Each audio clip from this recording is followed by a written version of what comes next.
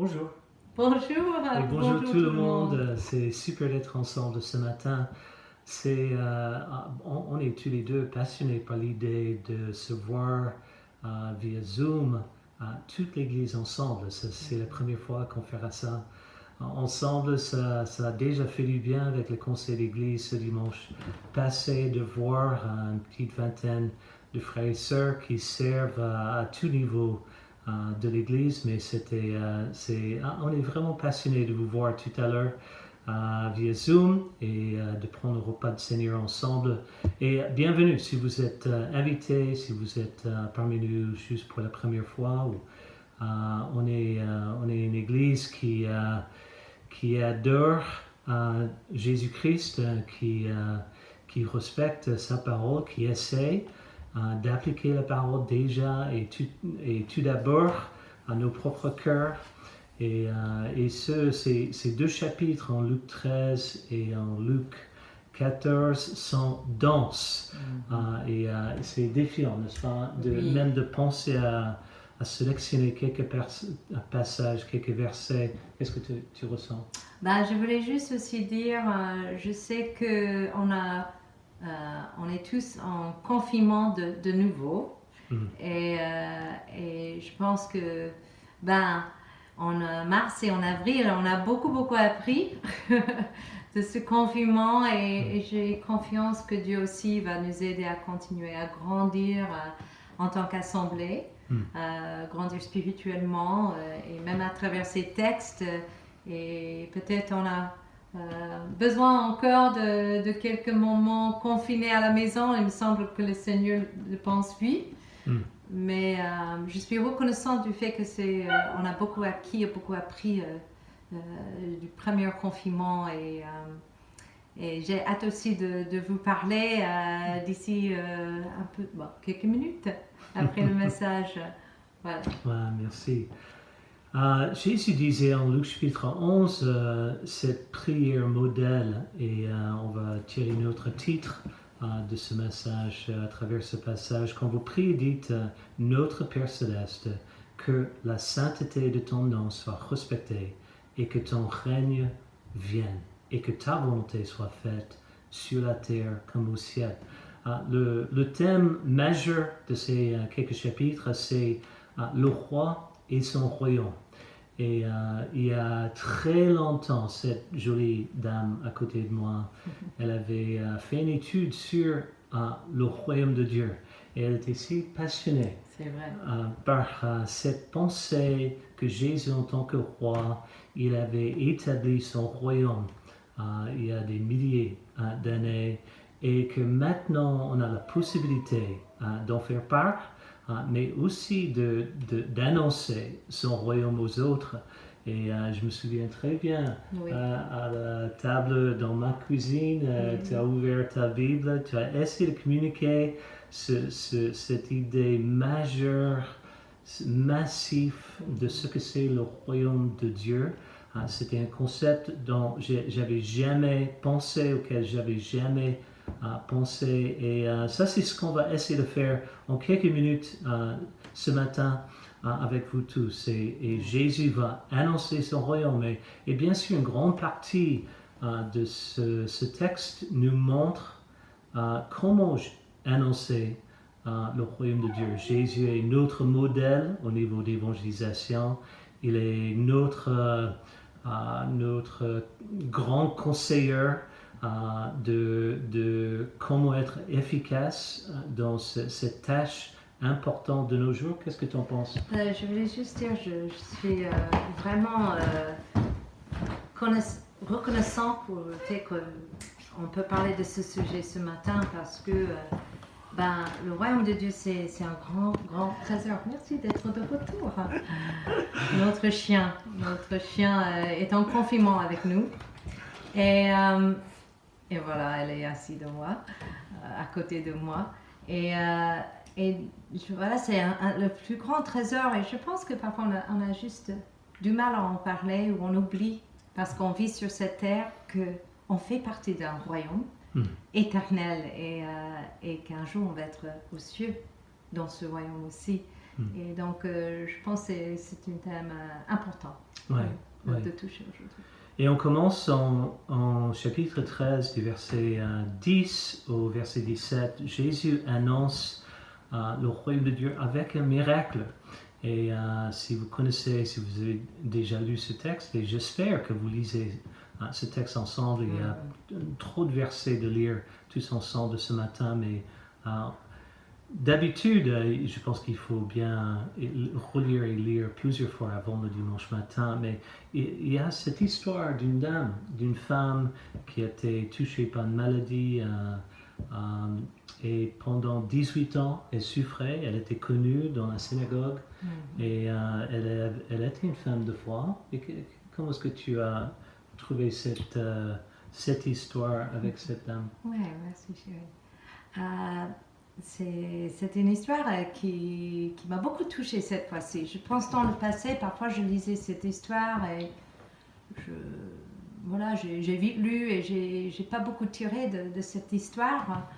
Mais cette fois-ci, j'ai essayé vraiment de réfléchir, de méditer et de tirer quelque chose de ce texte et pour moi-même aussi. Et c'est vrai que cette femme courbée était habitée par un esprit mauvais, excusez-moi. Et je suis américaine. et donc, 18 ans de maladie, 18 ans de souffrance, 18 ans, elle était tellement courbée qu'elle n'avait pas la possibilité de mettre sa tête en l'air comme ça pour voir le ciel. J'imagine ce sont les souffrances, les années de douleur où elle ne dormait pas la nuit, où elle avait juste du mal à marcher, à faire les tâches de la vie quotidienne. Elle était souffrante et elle avait un esprit mauvais en elle. Et je ne sais pas s'il y avait d'autres effets à cause de cet esprit mauvais, s'il y avait d'autres problèmes mentaux ou quoi, mais on voit qu'elle allait vers Dieu parce qu'elle était au synagogue. Et je vois un petit peu aussi un peu comment les femmes étaient traitées aussi à l'époque. Que là, cette femme, Jésus, déjà la Bible dit qu'il l'a vue. Lorsque Jésus la vit, il lui adressa la parole et lui dit: Femme, tu es délivrée de ton infirmité. Et ça me touche parce que je sais que Dieu nous voit, Dieu me voit, Dieu, il voit mes souffrances, il voit mes peines, il voit mes difficultés dans la vie et les vôtres aussi. Et il est capable de changer ma situation. Et la vôtre aussi. Et il pose les mains sur elle, il la touche, il lui parle. Et à l'époque de Jésus, les femmes étaient un peu les membres de la communauté, un peu deuxième classe, troisième classe. Elles n'avaient pas d'importance. Et surtout une femme infirme, une femme... comme elle, peut-être les autres la voyaient comme une pécheresse plutôt que... Et les gens ne voyaient pas sa valeur. Mais Jésus, quand il l'a guérie, et après quand Je suis désolée, je prends mon temps ici. Mais quand le chef de synagogue, il est indigné par le fait que Jésus fait un miracle le jour du sabbat, il n'est pas touché par les miracles, il est plutôt enragé par l'idée que Jésus l'a fait le jour de sabbat. Et quelque part, ça me dit que cet homme ne voit pas la valeur de cette femme.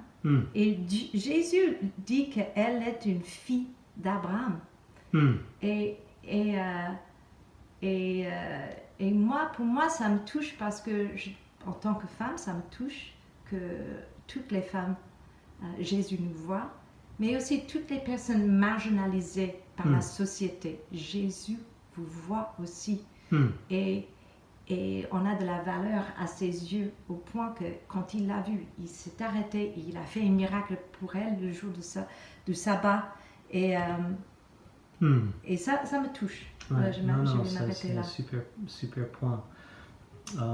Et tout au milieu de cette conversation, il y a ce dilemme, je pense. Il y a cette pensée controversée de l'époque ce débat parmi les écoles de pensée religieuses. Et c'était cette idée du sabbat et l'importance du sabbat et l'interprétation de comment respecter le sabbat. Et souvent, n'est-ce pas, Jésus posait des questions, ou les autres posaient des questions à Jésus, quels sont les commandements le plus importants, le plus grand des commandements. Et dans Jésus, tout au long de ces quelques chapitres, il interprète pour nous comment voir l'importance du sabbat et comment gérer un commandement et l'esprit d'un commandement. Et bien sûr, les pharisiens avaient cette idée, cette pensée qu'il fallait à tout prix respecter le sabbat. Et bien sûr, il y avait une peine de mort. Si vous lisez l'Ancien Testament et vous voyez ce que Dieu devait faire pour mettre en place quelque part pour communiquer sa conviction de base par rapport à l'importance du sabbat, d'aimer Dieu de tout son cœur et de ne pas minimiser sa relation avec Dieu.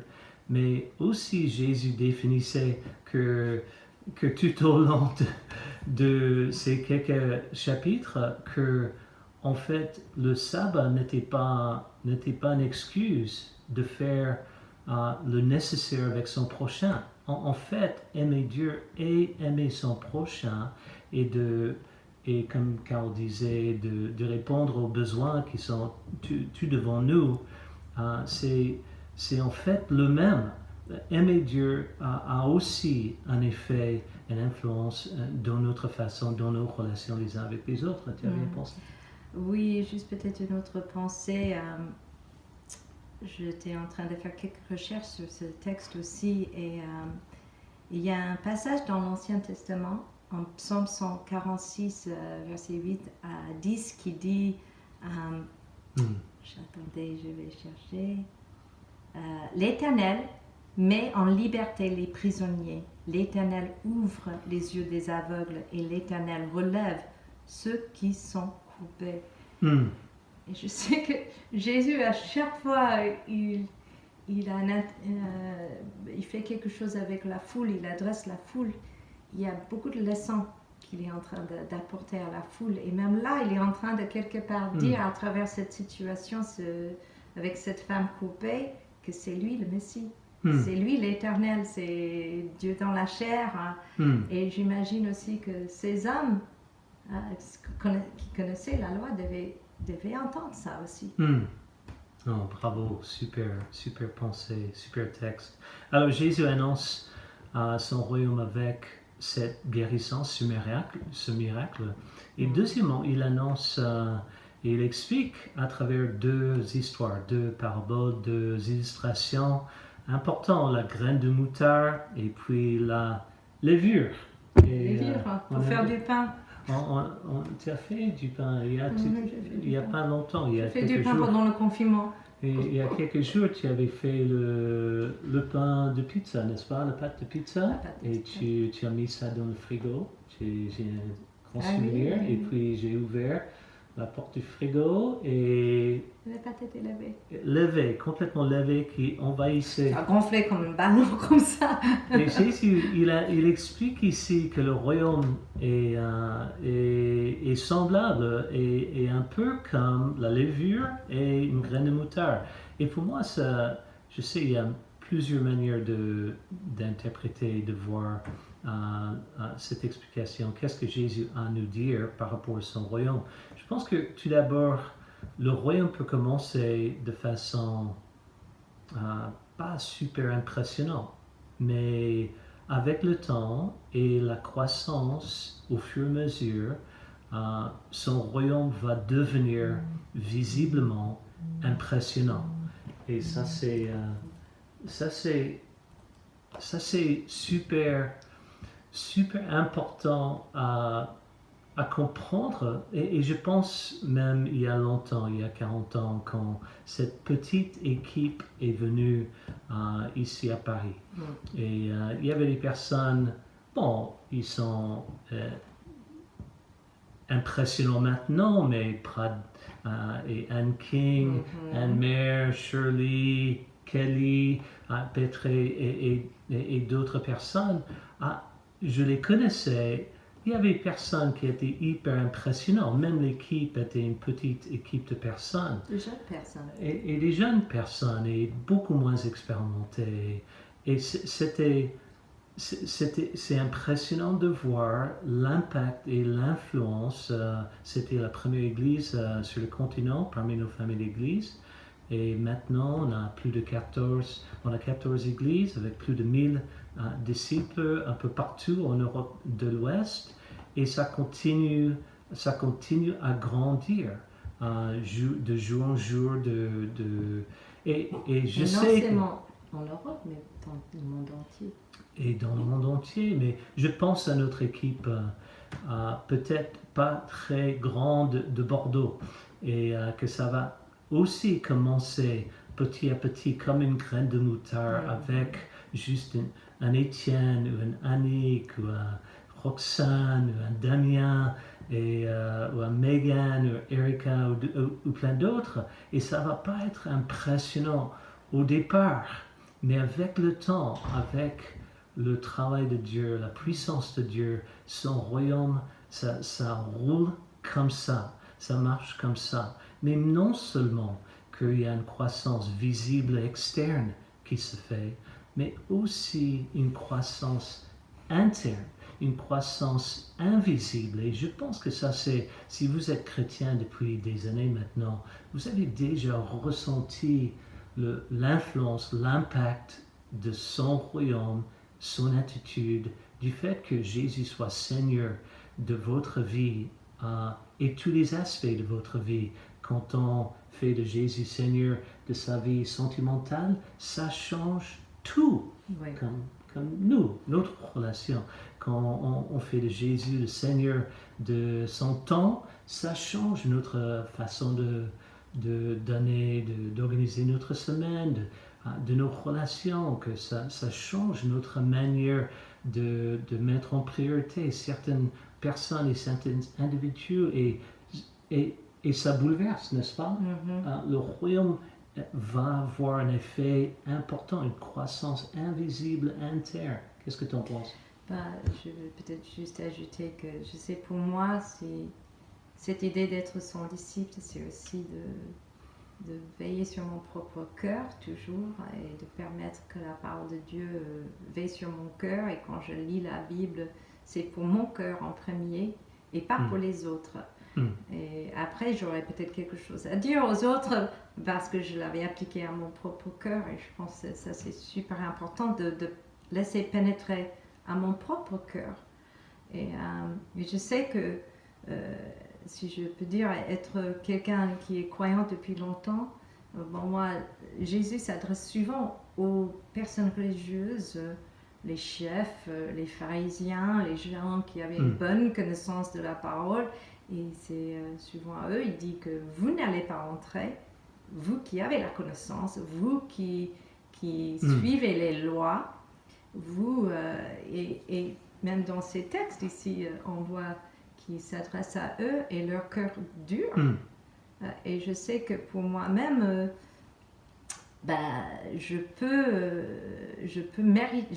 parfois je veux mériter mon salut dans le sens que si je fais du bien, je suis la parole, je suis obéissante, j'aime les gens, je me sacrifie pour les autres, que quelque part là, on peut se sentir comme on mérite le salut. Et c'était un grand problème de l'époque de Jésus aussi, les gens qui étaient religieux, ils pensaient quelque part, ils méritaient le salut parce qu'ils étaient croyants.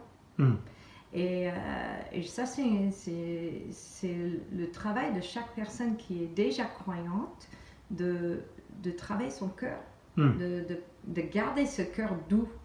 Parce que même les miracles ne les aidaient pas à croire, parfois à s'abaisser, à être humble devant le Seigneur. Non, super point. On va peut-être finir avec cette prochaine du verset 22 jusqu'au verset 30, chapitre 13, quelqu'un de la foule pose la question à Jésus, est-ce qu'il y a juste si peu de personnes qui vont être sauvées? Et je pense qu'on considère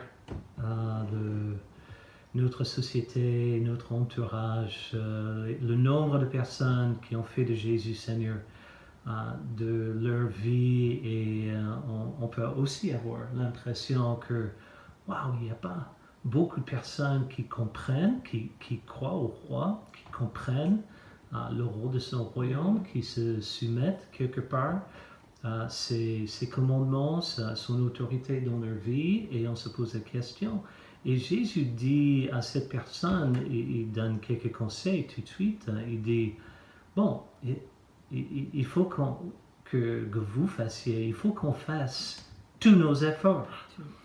Et ça, c'est une grande pensée, même de se poser des questions, si on est religieux, comme Carole disait tout à l'heure, si on est en train de faire tous nos efforts. Et je sais, comme Carole expliquait, ce n'est pas une question de mérite, mais c'est une question de cœur, c'est une question de dévouement, une question de concentration, question d'intensité quelque part, de continuer à voir l'enjeu de son royaume et l'importance, le rôle, juste l'idée centrale à la vie, de continuer à chercher son royaume. Mais il faut qu'on fasse tous nos efforts. Et est-ce que ça, pour toi, ce matin, est-ce que tu es en train de faire tous tes efforts quand il s'agit de ta relation avec Dieu, ta connaissance de sa volonté, de veiller sur ton propre cœur en ce moment de toutes les tentations qui sont réelles? C'est une bonne question, n'est-ce pas, à se poser. Deuxième conseil, il dit, il faut qu'on se dépêche quelque part, avant que ça soit trop tard. Si on a besoin de se repentir, si on a besoin de remettre en place les priorités de son royaume, je pense que c'est maintenant le moment de le faire. Il n'y a pas une garantie de demain. Le monde change, la vie est tellement instable. Est-ce que vous avez regardé les infos? Chaque jour, il y a une tour de Siloé qui tombe, il y a un tremblement de terre, il y a quelque chose. Et Jésus dit, regarde les signes, regarde le monde. Il y a une instabilité qui est réelle. Ça fait partie de la vie.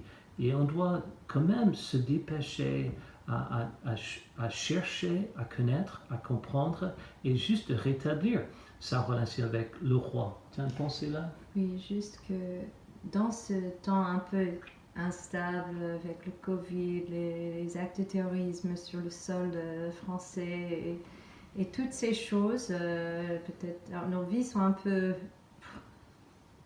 bousculées, je dirais.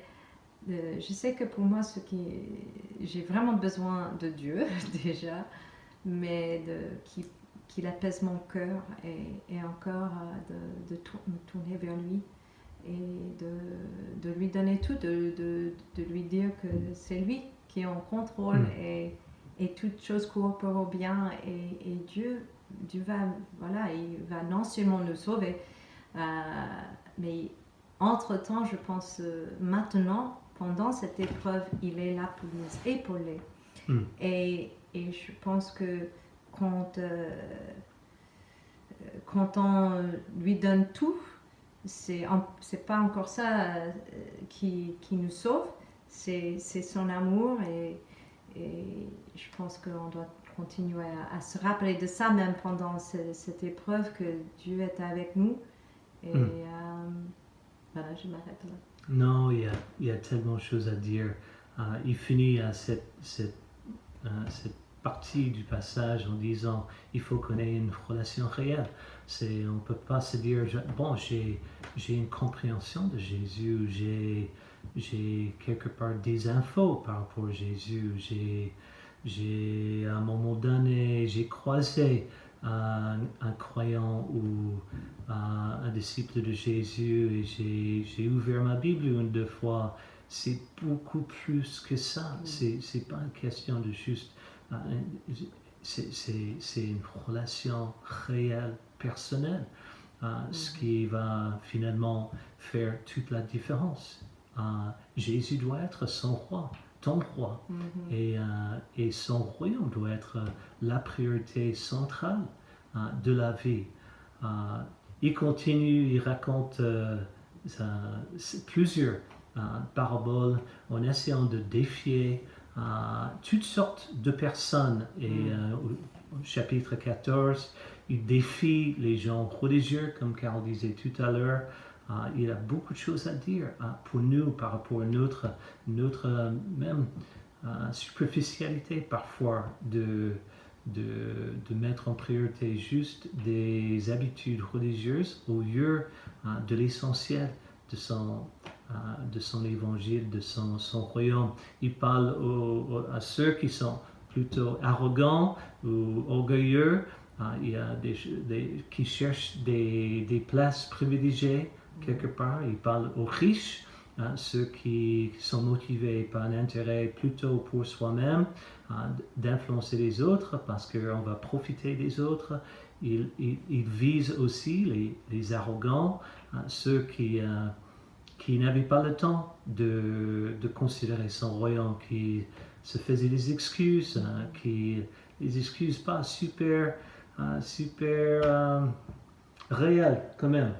Et ça, c'est attristant de voir que Jésus voyait ce qu'ils avaient dans leur cœur. Il essaie de nous défier, de considérer son royaume.